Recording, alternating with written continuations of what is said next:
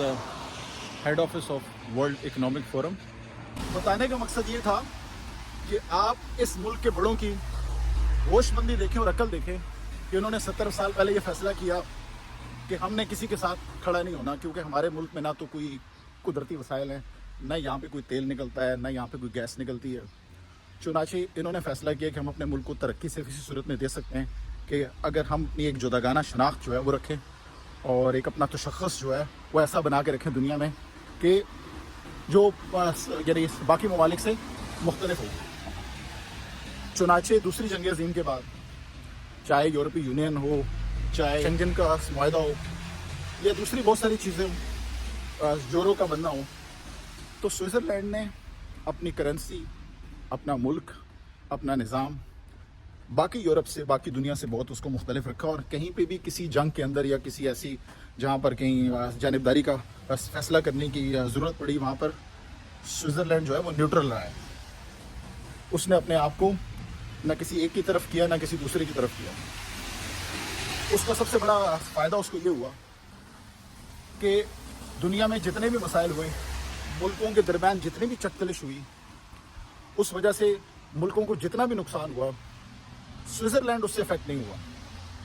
Libya में एक पागल का बच्चा था, कुछ उसने अच्छे काम किए थे, मगर वो बड़कियों से बाज नहीं आता था। उसकी बड़कियों से ले डूबी और उसकी कीमत उसके मुल्क को अदा करनी पड़ी। इराक के अंदर एक दूसरा जो है वो पागल का बच्चा बैठा हुआ था, जिसको अपनी ताकत के ऊपर बहुत ज़्यादा यानी जोम था उसका। यही होता है ना, जब आप अपने दिमाग से काम नहीं लेते और ज़ोरे बाजू से काम लेने की कोशिश करते हैं, सामने बड़ी भी चीज़ आपको दिखाई नहीं देती और अल्लाह ताला की तरफ से आपको मार पड़ती है और आप अल्लाह की दी हुई जो चीज़ें हैं उनसे सोचना समझने की कोशिश नहीं करते, तो फिर ऐसा ही होता है। अब आज आप देख लें कि इराक का क्या हाल है। बिल्कुल अब इसी तरह तकरीबन पाकिस्तान में भी हो रहा है कि देखें, स्विट्ज़रलैंड को 6 लाख फौज रखने की ज़रूरत नहीं पड़ी, किसी नंबर 1 की ज़रूरत नहीं पड़ी।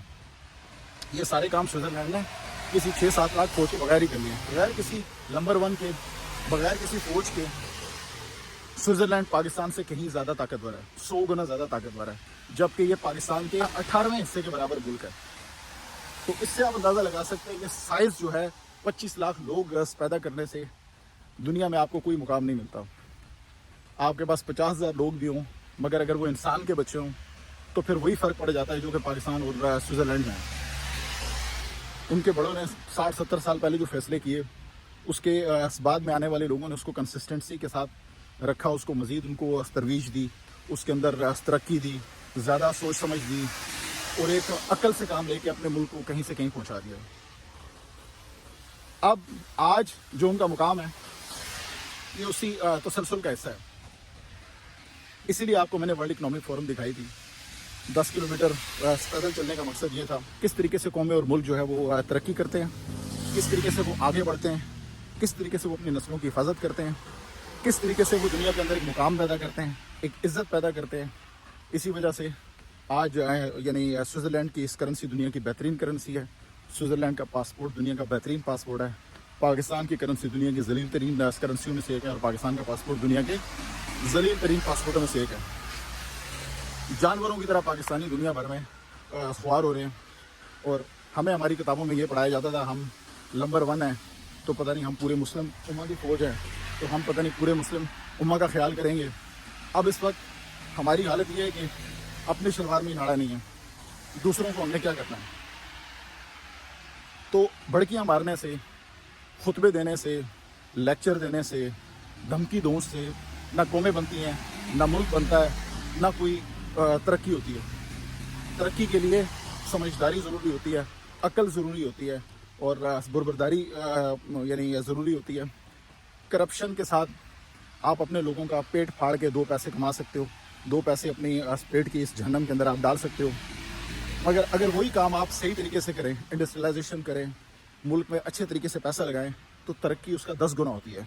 इसी वजह से दुनिया में बड़े बड़े बिलियनर्स, मिलियनर्स वो आपको इन्हीं मुल्कों में मिलेंगे जिन्होंने घोस्ट स्कूल बना के पैसा नहीं कमाया, जिन्होंने लोगों का टैक्स का पैसा चोरी नहीं किया, जिन्होंने लोगों के पेट में हाथ डाल के पैसा नहीं कमाया, लोगों के बच्चे मार के पैसा नहीं कमाया, मगर एक सही तरीके से उन्होंने अपनी दौलत बनाई है।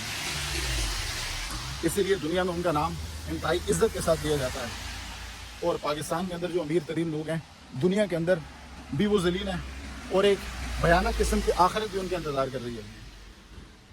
تو یہ میسج ہے ہماری نوجوان نسل کے لیے کہ وہ اپنے باپ دادا کے جو کارنامے ہیں، یعنی سیاہ کارنامے ہیں، ان سے وہ سیکھیں اور اپنے آپ کو بدلنے کی کوشش کریں، اپنے آپ کو مختلف کرنے کی کوشش کریں، اور یہ دیکھیں کہ دنیا کے اندر قوموں نے ترقی کیسے کی ہے۔ دیکھیں جب ایک ملک کا نظام خراب ہوتا ہے، جس طرح ہمارے ملک کا نظام یعنی تقریباً مکمل طور پر تباہ ہو چکا ہے، خراب ہو چکا ہے، تو وہاں پر لوگ بھی ایک دوسرے کا گوشت کھانے کی کوشش کرتے ہیں، ایک دوسرے کا ماंس کھانے کی کوشش کرتے ہیں، ایک دوسرے کو لوٹنے کی کوشش کرتے ہیں، ایک دوسرے کے ساتھ دھوکہ دے کی کوشش کرتے ہیں، چور بازاری کی کوشش کرتے ہیں۔ ملا کے نتیجے میں خنزیر النسل قسم کی قوم وجود میں آ جاتی ہے، پھر جس کو ٹھیک کرنے میں آپ کو صدیاں لگتی ہیں، پھر جس کو ٹھیک کرنے میں آپ کو اشرے لگ جاتے ہیں۔ اسی نقطے کے ساتھ اور اسی موضوع کے ساتھ، اسی فکر کے ساتھ، اسی دعا کے ساتھ میں آپ سے اجازت چاہوں گا۔ اللہ حافظ۔